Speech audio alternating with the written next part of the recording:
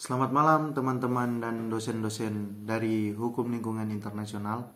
Nama saya Rivaldi Billy Heskia Rampengan, NIM 1807 1101 434. Saya akan membawakan video singkat ini mengenai tumpahan minyak di Rusia berisiko mencemari Samudra Arktika. Tumpahan minyak solar di wilayah utara Arktika Rusia telah mencemari Danau Piasino dan berisiko menyebar ke Samudra Arktika, kata seorang pejabat senior Rusia. Tim gawat darurat mencoba untuk membendung tumpahan minyak yang diketahui telah menyebar sejauh 12 km di utara Norilsk dan tangki yang tenggelam. Ini merupakan insiden terburuk di era modern di kawasan Arktika Rusia, kata pegiat lingkungan dan pejabat. Insiden tumpahan minyak ini berawal pada 29 Mei.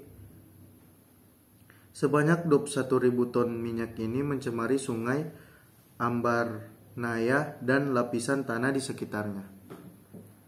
Sebelumnya, para penyelidik meyakini tenggelamnya tangki minyak di dekat Norilsk disebabkan mencairnya lapisan es yang membuat perangkat pendukung tangki melemah.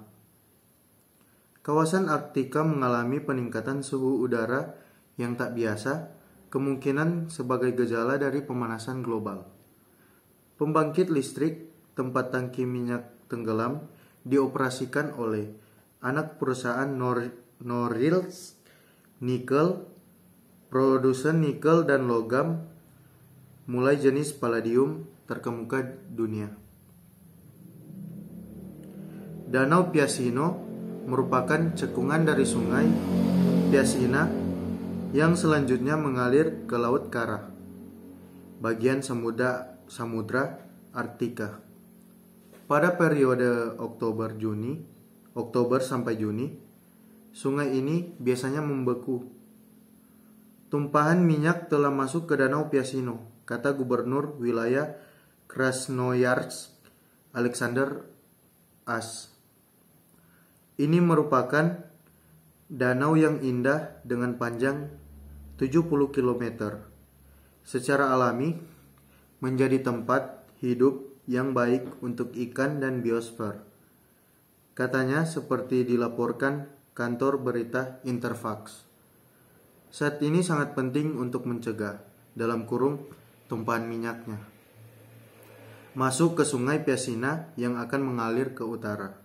Ini harusnya bisa dilakukan.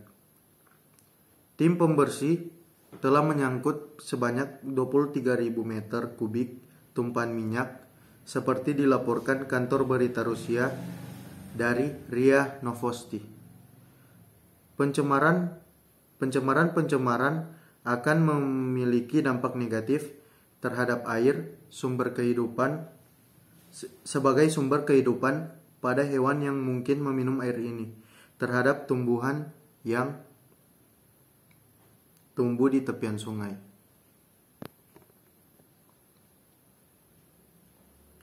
Kata aktivis Greenpeace Rusia, Vasily Yaplokov. Greenpeace menyandingkan peristiwa ini dengan petaka Exxon Valdez di Alaska pada 1989. Jaksa penuntut telah memerintahkan pemeriksaan di instalasi berbahaya yang dibangun di atas lapisan tanah beku yang berada di bawah titik 0 derajat Celcius (permafrost). Komite Investigasi Rusia menyatakan kasus pencemaran lingkungan ini sebagai kasus kriminal dan adanya dugaan kelalaian. Apa itu permafrost? Istilah ini merujuk pada tanah yang membeku dengan suhu berada di titik 0 derajat Celcius secara berkelanjutan selama 2 tahun atau lebih. Sebanyak 55% wilayah Rusia, terutama Siberia, adalah permafrost yang merupakan sumber minyak dan gas. Laporan tahun 2017 dari Dewan Arktik, sebuah forum internasional termasuk Rusia, memperingatkan pemanasan global dan mencairnya lapisan es telah membuat pondasi permafrost tidak dapat lagi seperti pada tahun 1980-an.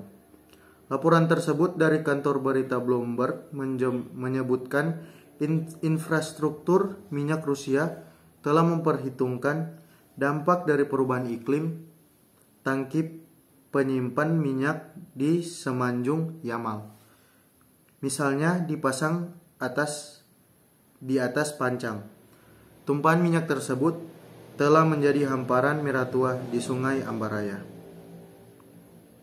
Dalam sebuah pernyataan, perusahaan Norilsk Nickel mengatakan insiden ini telah dilaporkan dengan cara tepat waktu dan wajar.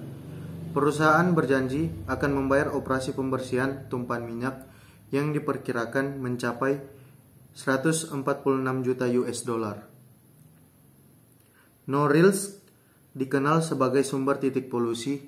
Hal ini disebabkan kontaminasi dari aktivitas industri yang mendominasi kota tersebut.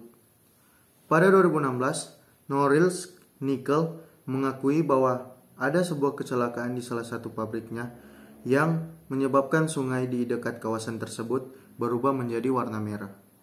Wakil Menteri Lingkungan Kehidupan untuk wilayah Krasnoyarsk, Yulia Gumenyuk, mengatakan proses pembendungan minyak telah gagal untuk menahan laju pencemaran ke bagian hilir. Kita bisa melihat penumpukan tumpahan minyak di luar area yang telah dibendung, katanya. Sekian dari video singkat dari saya. Mohon maaf jika ada kesalahan tutur kata. Sekian dan terima kasih. Selamat malam.